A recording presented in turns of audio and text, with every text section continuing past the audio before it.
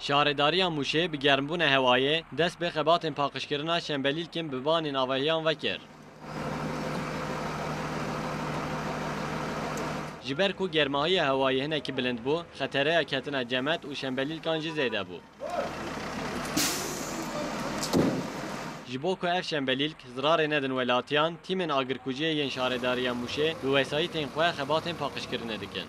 مدور آگرکوجی فاتی اثر دربار وی خبات دا آگاهی پارو کردن. دواد بوز زیره هوی بسری معرفت یاری جبوی زرار که عربا عملت دیره انترن تشکیلن جیبلن فین بنشش قاطی چهار قاطی پنج قاطی جبوی وی تشکیلن ملت زرار نبینه سری کسی نکرد. خباتکار به بیر و تفران وان شنبلیل کان جبان این آپارتمانان تینن خاره.